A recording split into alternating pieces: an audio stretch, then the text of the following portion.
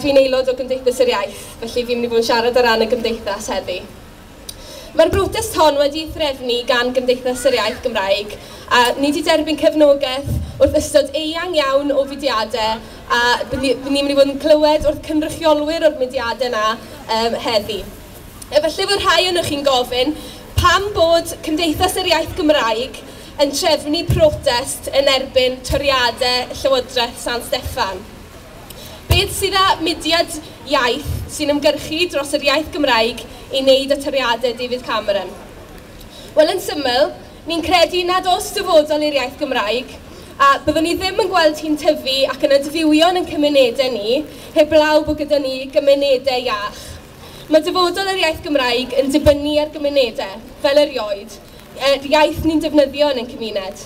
Felly mae'n rhaid i ni amddiffyn bywydau yn cymunedau ni, a'n cynnwys swyddi, tai, gwasanaethau fel iechyd ac addysg, fel bod gyda ni gymunedau iach.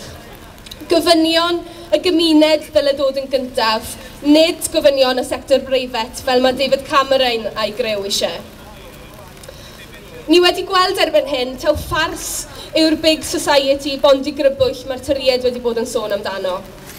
Oedd Ian Duncan Smith yn sôn yn gynharach yn y flwyddyn bod fe eisiau symud pobl, ond symud nhw mwyn bodloni'r sector breifat yw nid ystyriaethau'r gymuned sy'n dod yn gyntaf gyda nhw. A mae bygythiadau mawr yn cymunedau ni eisoes yma yng Ngwynedd, oherwydd bod agenda gyda'r cyngor i gau ysgolion bach, bod rhieni a'r holl gymunedau yn hollol ymryddedig i'r ysgol. Mae'n rhaid i ni wrthwynebu cynlluniau sy'n mynd i danseilio bywyd yn cymunedau ni. Rhaid cofio mae ni sy'n talu am drachwant y banciau a wnaeth hap chwarae gyda'n arian ni. Dyna pham mae Cymdeithas yr Iaith yn erbyn yr holl doriadau yn gyffredinol.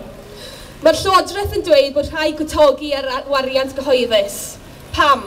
Oherwydd bod y banciau wedi chwarae o gwmpas gyda arian ffug a ni sy'n nawr yn gorfod talu ag arian go iawn i ailenwi'r coffre a sefydlogi'r banciau.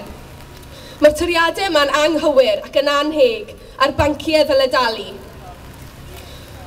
A ni fel Cymdeithas yr Iaith yn gweld Ysbydrec fel rhan o'r toriadau ehangach. Doedd annibyniaeth Ysbydrec fel sianel ddim yn yfantol tan i'r Ceidwadwr weld cyfle i dorri'r arian os byddai'r deddf Ysbydrec yn cael ei thorri. Dyma pam ni wedi bod yn gofyn i bobl i wrthod talu trwyddedau. Mae David Cameron wedi anwybyddu llythyr gan arweinwyr y prif bleidiau yng Nghymru a ni'n gweld i benderfyniad nhw i trio cael gwared a togi'r arian Ysbydrec yn hollol anemocratedd.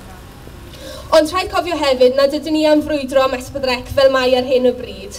Mae ni a mae pobl fel Bectw hefyd eisiau gweld newidiadau sylfaenol yn y modd mae'r sianel yn cael ei rhedeg, fel bod hi'n addasu'r oes digidol a'i bod hi'n atebol i gymunedau Cymru unwaith eto. Mae'n amlwg ein bod ni'n wynebu cyfnod anodd iawn, ond os yw'r bygythiadau ein cymunedau, mae rhaid ein cymunedau ni ddeffro a dangos bod yna ffordd amgen i'n economi yng Nghymru.